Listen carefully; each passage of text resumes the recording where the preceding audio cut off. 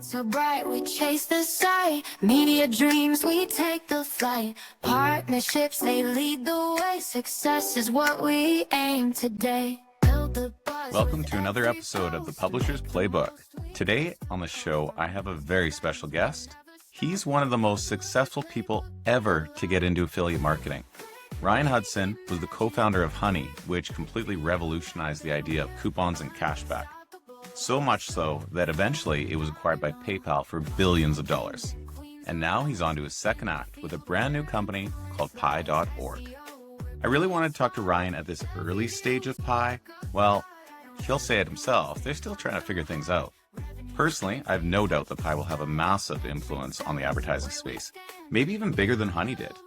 This time around, Ryan's being even more ambitious with his vision. He's looking to disrupt the $600 billion ad market, starting with, and here's where it gets kind of interesting, an ad blocker. And he's not doing it alone. He's got the band back together with a bunch of his friends and colleagues from his Honey days. So let's get into it and see what they're up to at Pi.org. Ryan, welcome to the show. Thanks for having me on. Excited to talk to you. You were the co-founder of Honey, and you ended up selling that company. I think you started it when, 2012, Honey? Yeah, started end of 2012. Yeah. And then sold it to PayPal in 2020, right at the beginning, just before the pandemic. Yep. For $4 billion. So not bad. That's correct. Not bad. Not a bad exit there. And I think the big question is going to be, so I'll tell you, I have this question that I ask at dinner parties, which is, let's say, independently wealthy, or your finance doesn't matter anymore, but you have to do something 8 hours a day. You just have to, right? You got to keep yourself busy. What is the thing that you do? And I'll give you a few range of answers. Some of them are just like nothing. I'm just going to do nothing forever, right? I don't even know what that means. Just binge Netflix, eat a bunch of stuff, right? Other people are like, well, I'm going to become a musician. I'm going to learn guitar and I'm going to play in a band. You decided to do another startup. So the big question I have here is why? Why not? I mean, it's a starting point, but no, after we sold the company, I had a lot of time to sit around and ask that question. And I very deliberately didn't jump back into building something again. I think we'll circle back to it, but I think at my core, I'm a builder. I intentionally gave myself a mental framework of exploration of, hey, in this world where you could do anything, what would you do? And understanding, especially the inertia of startups, where it's a 10-year journey, even if things go great, and it's a shorter journey if things don't go great. But in that case, it's probably less fun. I sat around for a while and did some exploration. I did the doing nothing version of answering the question. And what I realized talking to a lot of my friends who happen to be on the Honey journey with me is that we all really, really loved working together at Honey. And we had built something special, and there was an itch to recapture some of that magic that we had going. And it was kind of the catalyst of, hey, what if I could build things with some of my best friends? And that seems like a lot of fun. And if I had to spend 8 or 10 or 12 hours a day, that seems like a great way to do it. So that's kind of where it landed a little over a year ago, talking to Chris, who built our partnership team. And I'm sure maybe some people in the audience know Chris Aragon. We realized that if we could, quote, get the band back together, it would be a lot of fun for everybody. That's the starting point. We didn't even know what we were going to do. But the starting point was just, hey, this is how we want to spend our time together. It's building interesting things that matter with a bunch of people that we like working with and we trust are great at their job. Yeah. And obviously it's not financial motivation at this point. So getting together with friends, hanging out, building something isn't it? Because you could have done that on a yacht as well, right? You can hang out with friends on a yacht. So there must be something about this idea of working together. That dynamic must just motivate you, right? Yeah, it's the things that you can build together are just so much greater than what any individual could do. And so having a core group of people that complement each other's skills and expertise and interests is such a over the past year, it's been feels like a hack compared to the first time we did it, where actually it took a long time to get to a point where we have exceptional people in all of the seats.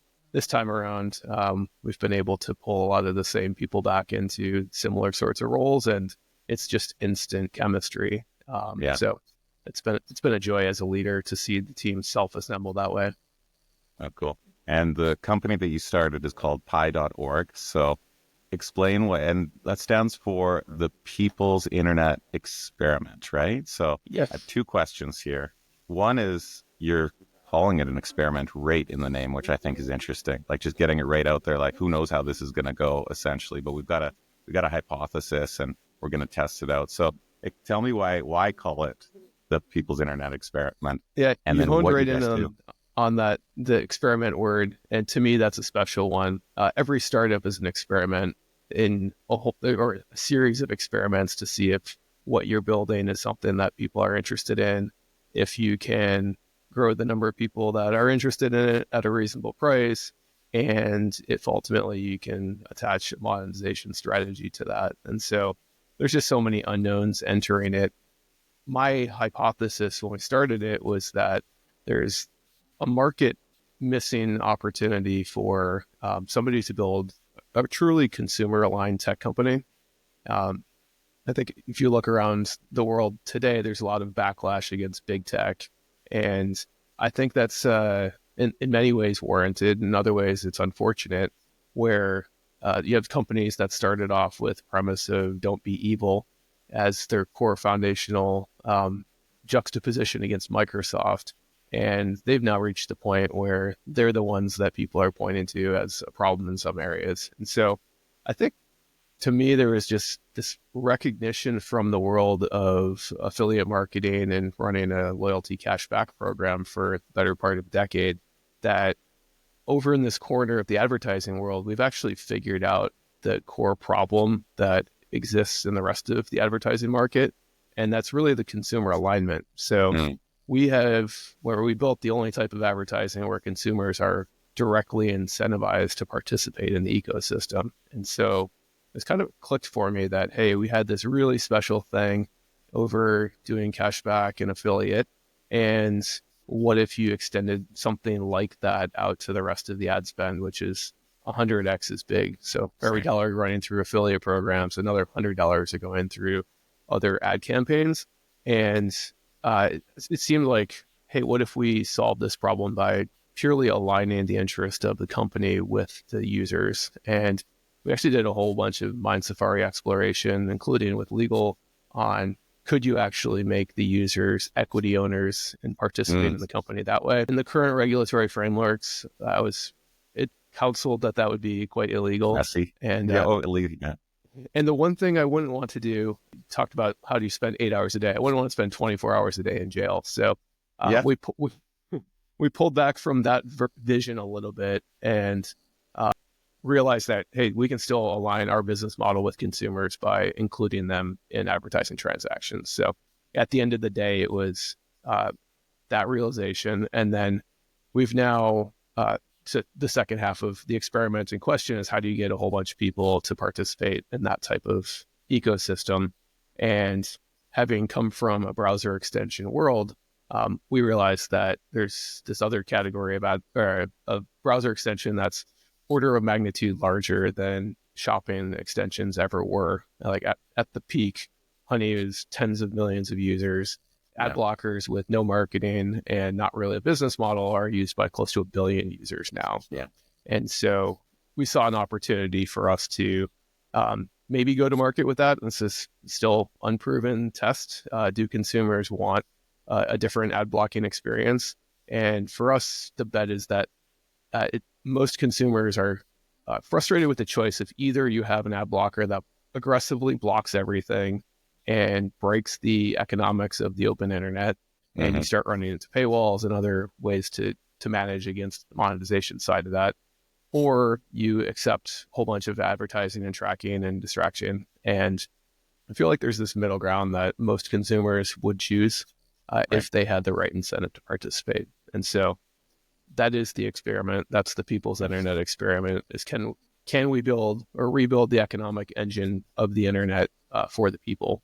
And if we're successful, I think it's a pretty important thing. So back to your question of why am I doing this? Yeah. I think it's one of the things I saw in my framework for what do I want to spend time on, that my framework was basically what is something I can do that somebody else isn't going to do otherwise.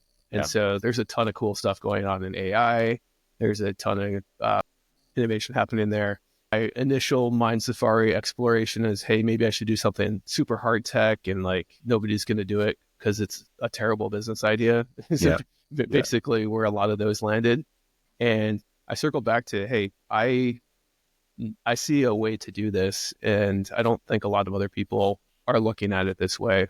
The same way when we started off with the browser extension as a product, people were giving us, say, hey, what's your mobile strategy? What's your mobile app? And we spent the first 3 years of the company not able to raise a single penny from an outside investor because we didn't have a mobile strategy that was acceptable to them. So I realized we have like a lot of domain context on the browser extension world.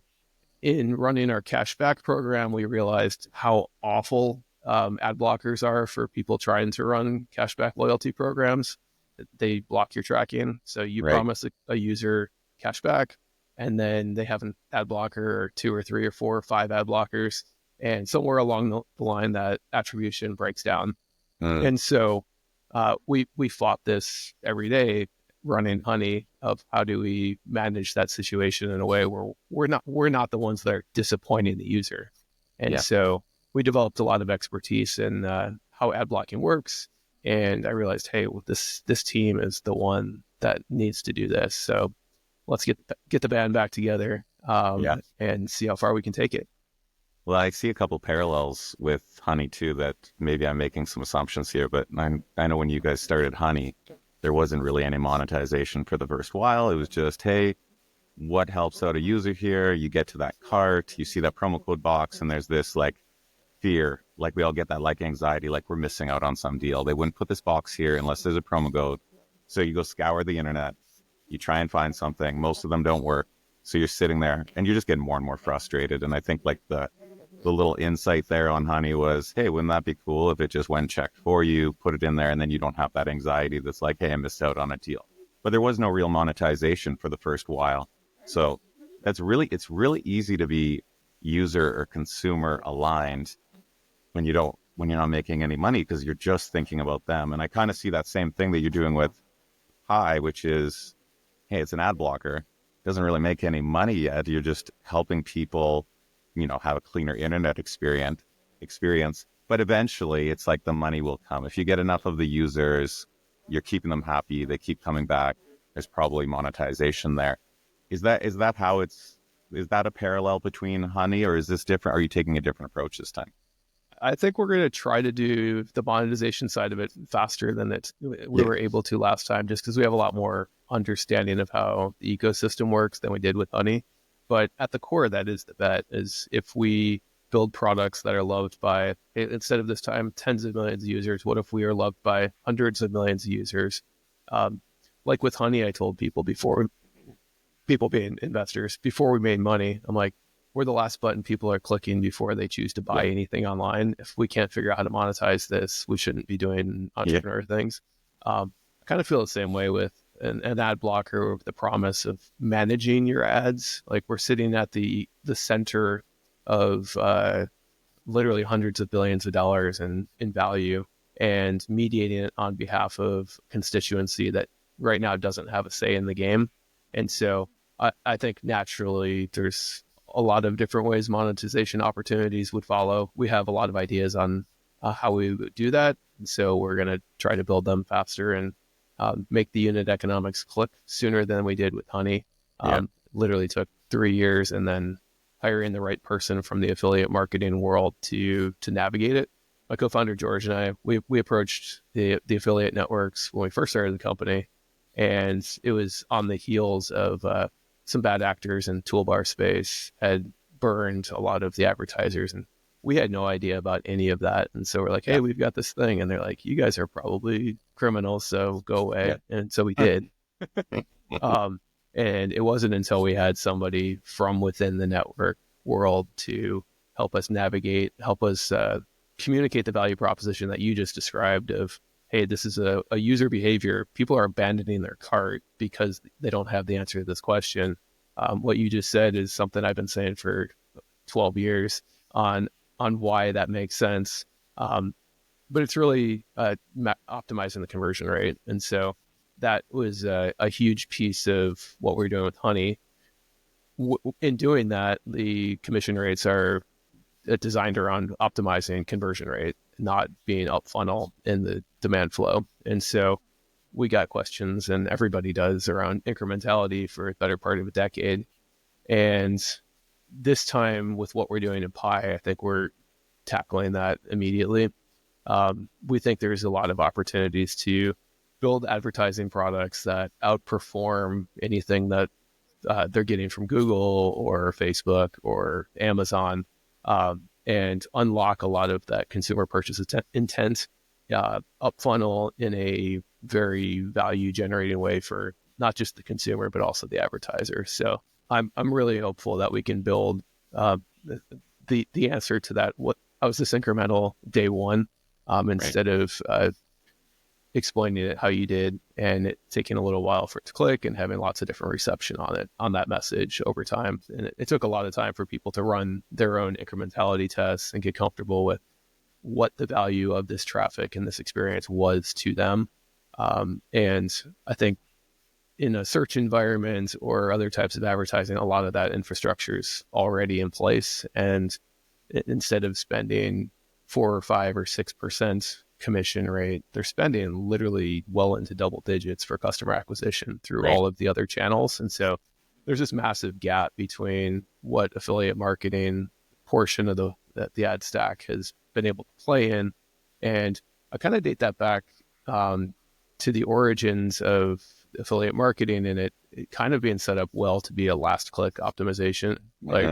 And not surprisingly, a lot of the tools and services that performed well in that are like conversion rate optimization, not top of funnel demand generation. And so basically you had a bifurcation of this perfect marketing model where you've got performance marketing, you're only paying for sales. Everybody would say they want that.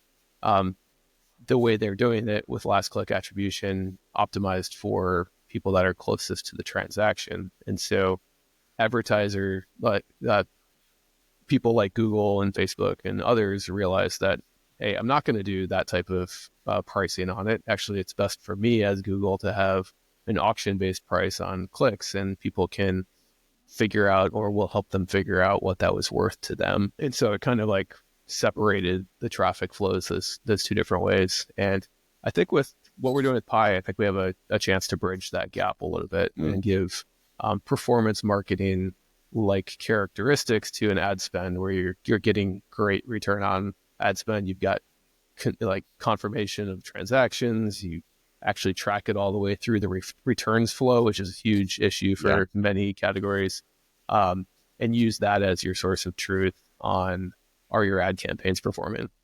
Yeah. Well, let's walk through this, because you actually have 2 browser extensions, I believe, that you've launched. And here's a funny little stat. I don't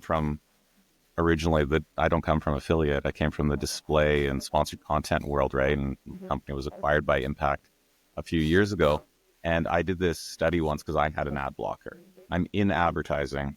My entire income depends on advertising being successful. And I was in the display advertising world, and I had an ad blocker. So I did a survey of other people in the ad industry. And I think it was something like people in the ad industry are 4 times more likely to have an ad blocker than people outside of the ad industry. I'm like, it's like being a dentist and being like, I don't brush my teeth kind of thing, right? It's just like the opposite of what you would expect. But I always thought that was interesting. So you have the ad blocker, and then you also have I believe like a cashback type reward. So maybe explain how these 2 things might end up working together. And on the ad blocker, everyone should go and download it. You have this really cool, it seems really simple, but this little animation that happens where the ads disappear. And, it's like these purple boxes that kind of go away, which the reason I find it interesting, I've used ad blockers before, is that it reminds you that you have an ad blocker actually, and what your what the experience, it's like a before and after every single time. Whereas most ad blockers, you just never knew they were there until you end up shutting off your ad blocker at some point in the future.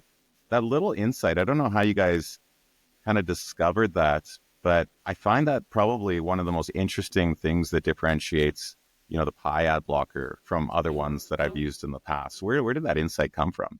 Yeah, this one's going to be a great story, even more so than it is someday. That was not anywhere in anybody's minds when we started the company. We were working on things. Kind of had an insight that the ad blocking user experience for all these ad blockers, they're used by a billion people, but they're effectively designed by tech people for tech people. And the sorts of ways they tell you that they're working are, we saved you some number of megabytes of bandwidth, or like we blocked some absurd number of trackers, whatever that means to the average user. The way we call it visual mode. It's a visual mode for seeing what's happening in your ad blocker. And we calculate the percentage of your screen real estate that's saved as a metric that we think users would care about more.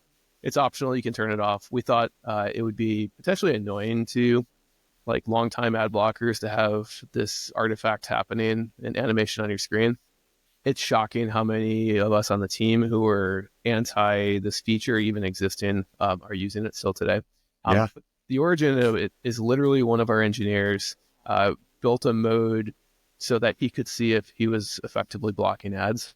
So it was an internal tool that when I saw it, I'm like, Anthony, that's genius. We need to make that available. This is how you tell somebody that their ad blocker is working. So you're right. An ad blocker, the working use case, you usually see nothing. And it's only when it's not working correctly that you have artifacts of it, the existence of it. And so I think flipping that has been a cool insight. And it was literally just engineer working on feature, and along the way, this is where it's an experiment. You figure things out, and being surrounded by very smart people with a lot of capability and context has been so much fun. And I'm sure that won't be the last feature or thing that ends up in the product, like with a similar story to that of just find good people and let them cook.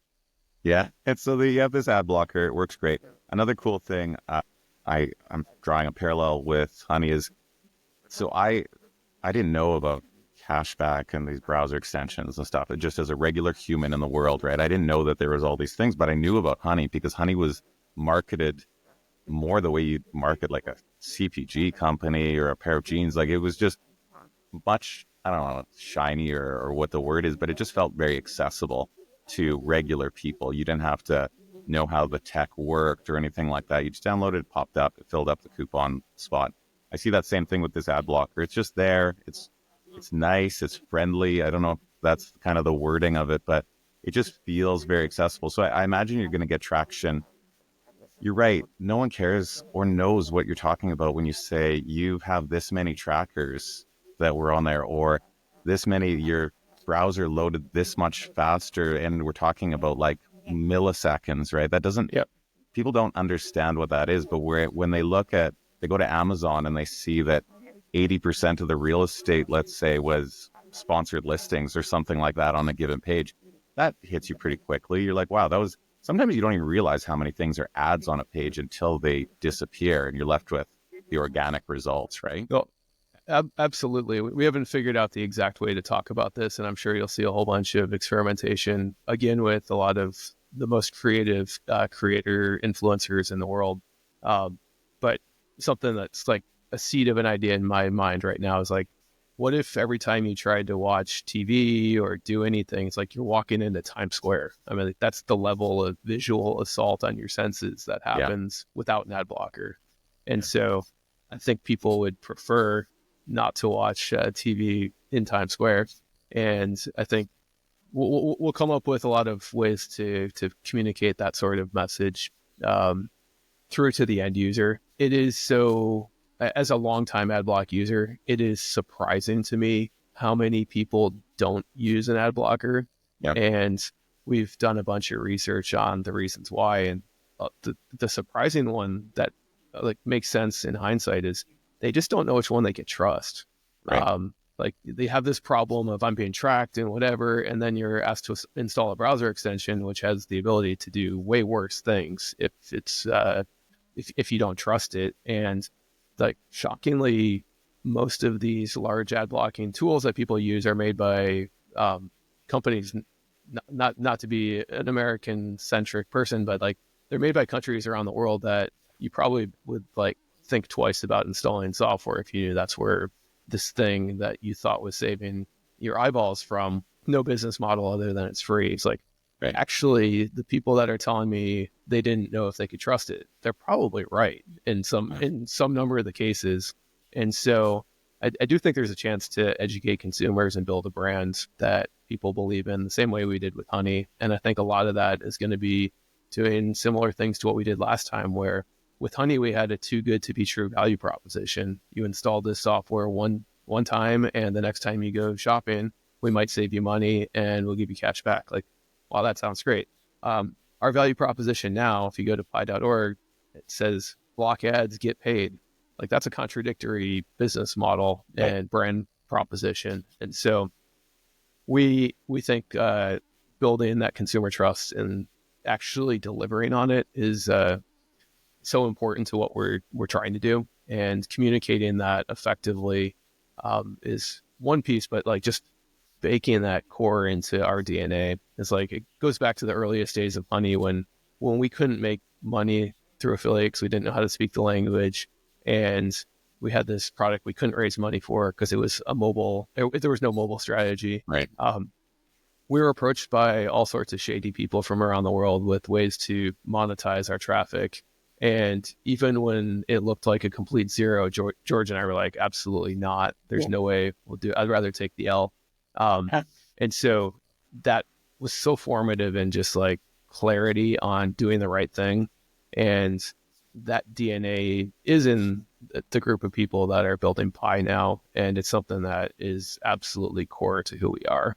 Yeah. Well, let's talk about how you're going to monetize this. I know this might change over time, but as of today, are you monetizing the ad blocker? So that this promise of block ads, get paid. Let's talk about the get paid part. So a couple pieces. You mentioned earlier, we have two browser extensions. One is a shopping coupons and cashback sort of tool, very similar to many people in the industry, look pretty familiar. And the second piece is the ad blocker. The reason it's two pieces on Chrome is because Google requires that browser extensions have a single purpose. And we proposed that our combined purpose was a single purpose, giving consumers control over their advertising experience and rewards for it. That didn't make it through the review process, and so we have two browser extensions because of that. On mobile, we have a mobile Safari extension, and it's a single thing. So you download an app, and you can get ad blocking and coupons and cashback in mobile Safari. It's pretty awesome. That didn't exist until after we sold Honey to PayPal. So that feels like a brand new thing that I think there's a lot of opportunity to expose consumers to. The way we make money piece, it kind of starts, the foundational level is, I do think the ultimate business model is this cashback loyalty rewards concept. And so we built the coupons and cashback capability to be very familiar to advertisers and within the affiliate space that we know well. And so our plan is to engage with advertisers, and we're doing this with thousands of people right now, ramping them up on what I think is the best technical version of this. It's built by the same people that built what I think was previously the best technical version of this. And it's faster, it's more reliable. And so I think that experience for advertisers, pretty straightforward. The part that I'm most excited about, and if we were just doing that, I wouldn't be doing this, honestly. This is not just a Honey 2.0, literally. This is a build something better. And the next piece is for our advertiser partners having an upstream solution. And so what we're doing with Pi is infinitely easier than what we tried to do with Honey. And we had Honey offers, and we tried to effectively index the entire shoppable universe of products at any point in time and have real-time availability and pricing. And then at one point we tried to make it shoppable through a universal cart. And we had hundreds of engineers working on this for years. Wow. And it's a very, very challenging thing to then also make recommendations to a consumer on things that we think they might want to buy. And that was Honey Offers, is attaching incentives to individual products. Really, really hard. I think we did a great job with it. But this time I was like, hey, let's rethink how hard this needs to be for us and what the advertisers are really asking us for. And what they're asking us for is a more effective advertising channel to reach consumers that are interested. And so we're building basically the current bet, and so you mentioned subject to change, is an instant rewards ad platform for consumers on CPC advertising, where we give consumers an incentive to click. And so if you're in advertising, you understand that most advertising dollars are running through campaigns like this. People have a pretty good sense of what that's worth, whether it's in a search context or other contexts. So we think being able to communicate the value to the advertisers makes sense. The part that obviously is the first question is, how do you manage fraud? How do you manage adverse selection, where it's just people clicking for rewards and they're not buying anything? And this is where I think we have the magic of the affiliate ecosystem behind us. Is we actually have that conversion signal, partnering with affiliate networks, where we understand if consumers are getting, if they're delivering value to advertisers. And the system we're building effectively is designed to incentivize consumers who transact, which is what advertisers want, with more offers and larger offers, and penalize isn't the right word, but phase out users who don't transact and deliver for advertisers. And so we've effectively naturally managed and we effectively automatically manage the fraud situation doing that. And it's because of our persistent logged in user experience that we're able to do something like that. And so I think we have like the pieces to build the first that I know of consumer incentivized CPC program, potentially at pretty large scale. And to me, as a consumer, that feels great. It's where instead of the only promise being, hey, we deliver on our promise, and as a seller, and you engage with this advertisement, we'll give you cash back when you actually find something you want to buy.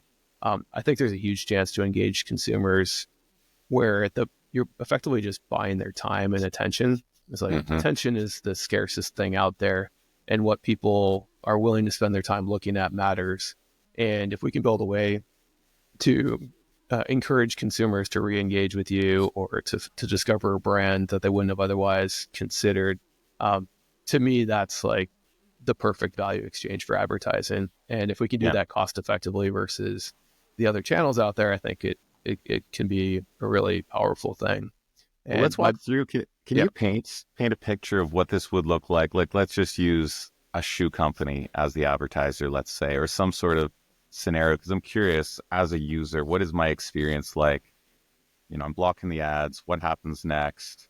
How does the advertiser get displayed? And I know this is going to change 1,000 times. Yep. But Super V1, V1. But the vision is effectively, as an advertiser, you can run a CPC style campaign or a return on ad spend style campaign, similar to what you do in other click networks. The consumer experience is effectively what you described. It's I have an ad blocker. I'm blocking ads. One of the things we ask consumers is if they want to opt into rewards for ads, and that comes in a few different flavors.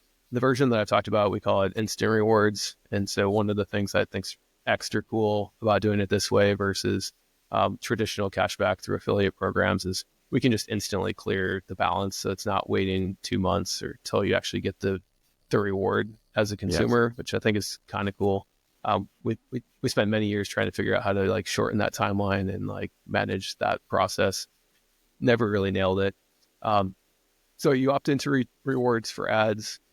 Your ad blocker then periodically in the right context gives you opportunities to engage with advertisers. So it's not replacing the ads on a page or anything like that. It's more, you can think of it as like a pop-up offer that appears in certain intent scenarios, or in low intent, like pull you out of I'm in a passive consumption of content mode. It's like, hey, maybe I would consider trying a new brand or something like that. So Yeah. a bunch of different services. I think a lot of them initially will look search and high intent related. I think we'll build some things for retargeting that are outside of email. We know retargeting can work really well. It's one of the things that worked or maybe still works. I haven't not as close to it. The display world, like the retargeting basically for a long time was the bread and butter of what sort of campaigns can actually work. And so probably build basically ad solutions that work. And I think pricing ends up just naturally not being at end game monopoly. Everybody's bidding all of their marginal profit into these highly efficient auction systems. And so I think especially for our earliest partners, there's been massive opportunity. That makes sense. So, because originally I was thinking, okay, because I've seen the model where it's like I have an ad blocker, and then the deal is if I essentially shut off my ad blocker, then I'll make some sort of rewards. But that's not really what we're saying here. We're saying, listen, we're going to clean up the internet for you. And then we're going to be an ad network of sorts that's going to serve like specifically relevant based on what you're searching for. Hey, I was searching for shoes. You know what? We found an offer that's available for shoes. We know you're interested in that.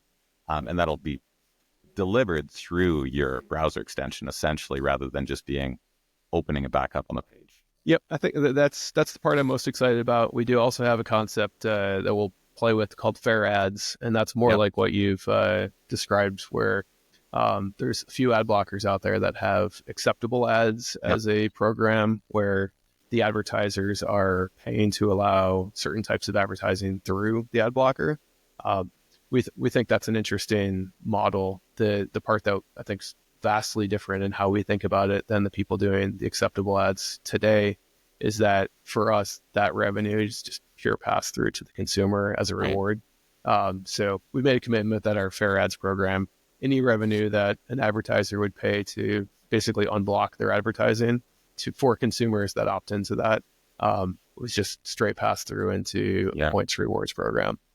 And it's really cool. You're basically using it's the same as cashback, which cashback hasn't been around that long. I mean, I remember like Ebates and there was some stuff there, right? I remember those ads on TV from like way back when. So maybe let's call it like 10, 15 years of that cashback model. But the idea was, hey, the advertiser is going to give the company some money and we're going to give some of that money back to you. You're essentially taking that concept and saying, hey, this could also work for like the display ecosystem, which you're right. The general advertising ecosystem is like a $600 billion plus market. And then affiliates like a $12 to $15 billion market. So what if you could take some of the learnings you've had in this affiliate space and then apply them to like this broader upper funnel type advertising market, right? That's really interesting. Yeah, I think it makes a ton of sense. And the ideas behind it aren't like that new in the sense that like back in the early .com era, there was some companies that had toolbars that would give you money for seeing display ads. There was an entire business model where I can't remember the name, but they give you a free computer if they're allowed to run ads on it. The thing that a lot of those ran into is just that adverse selection and making sure that you are actually delivering value to the advertiser. And so to me, that's the insight that we'll find out if we can do it. I have confidence that we're going to give it a really good shot. But I think that the cashback model is the ultimate alignment between advertiser and publisher and end user, most importantly. Like historically, an advertising transaction is a deal between a publisher and an advertiser, and the consumer is collateral damage sometimes, just ignored. They don't have a financial stake in it. And ad blocking has become the only solution consumers have to manage that experience. Our bet is that most consumers actually do want to have a free open internet with publishers making money on the right type of advertising opportunities. And we think many people will, in fact, opt back into that. And in fact, you see evidence that this might be true in the acceptable ads model. Two of the largest ad blockers are owned by one company that runs the acceptable ads program, and they have 100 million plus users. And so the most popular, most distributed ad blockers actually don't block all the ads. It's kind of an interesting thing. But what they don't do is have a business model that aligns themselves with the consumer. And I think if they did, it would be completely different advertising ecosystem out there. Yeah. So you have both of these browser extensions on Chrome. You have the single one, which is your ideal scenario already on Safari. When you did Honey, you guys built up the user base for years and then went to advertisers. This time it sounds like you're going to be running both. You're going to get users and you're going to start introducing brands and advertisers to this at the same time. So what is how do you manage those two priorities? And if you were our audience is publishers and advertisers, agencies, what are you in market right now focused on? So in market, we're focused on getting the foundational pieces in place for our coupons, cashback, very traditional offering. And the reason for that is it is the underpinning for the instant rewards system, our attribution system. We're not going to ask you to go and get your tech team to put in new pixels for tracking checkouts or anything like that. We're actually going to use the systems that are built by great partners like Impact that are already installed, that are already hooked all the way through to managing returns and doing anything like that. So our foundation is to integrate in this world of affiliate marketing, performance marketing, because ultimately we're building performance marketing, in this case for CPC products. So we're not in market with that yet. We have about 30 people on the team now, and we are cranking to build out the process, build out on the product side, building out the platform to run those types of campaigns. Consumer experience right now has some test versions of these things, so we're gathering some data, but ultimately probably early next year we'll be ready to start piloting the cooler part that I've talked about. But to be in that right now, it's partner with us, let us into the base level programs at least, and for coupons and cashback, and that will let our team integrate all of the tracking and things like that, so that we're in a position to partner on what I think everybody will agree is the more exciting part of what we're doing. That said, I do think we're building the best coupons, cashback tools as well. So it's not like we could build a great business just doing that. I just think we can do bigger a ambitions, little bit more this time. Bigger ambitions this time around. Other than that, I don't think really, people realize. It's about reaching people outside of you mentioned you didn't know cashback was a thing. It's how do you reach audiences outside of the traditional products that are used within affiliate marketing today? And so it's been for the past decade, people finding all the people that are interested in coupon cashback value proposition is the bulk of the traffic. And the part that I'm most excited about is we're finding people that either are replacing their ad blocker with us, and that they basically are not accessible to any other marketing. So it's if you have an ad blocker, guess what? The only way to market to that audience is something like what we're doing. And then there's just the scale of the audience that would never consider a shopping tool that would be interested in an ad blocking and an instant reward value proposition. It's part of it. It's I don't care about cashback because I don't even see it until 2 months after I've made my purchase. I want immediate gratification. I want it now. And you mentioned this before. I didn't realize this when I started my first business, which is it's a 10-year, it's a commitment. I had a co-founder and I'm we get along good. I didn't realize that you're basically married to this person for the life of the company. At least. At least, or in your case, again, coming back in with the second company. People don't realize that there's this long timeline to most companies, right? So if 10 years from now, I know that's a big leap to go from today, but what do you look back on and you'd say, the blog post would be Pi was what I'm proud of it for this reason. What do you think that might be? I think it would be, we feel like we're just scratching the surface again. But part of that to me is just as we were building Honey, we had a lot of thoughts on what happens when you get to certain scale and there's different experiences you can unlock.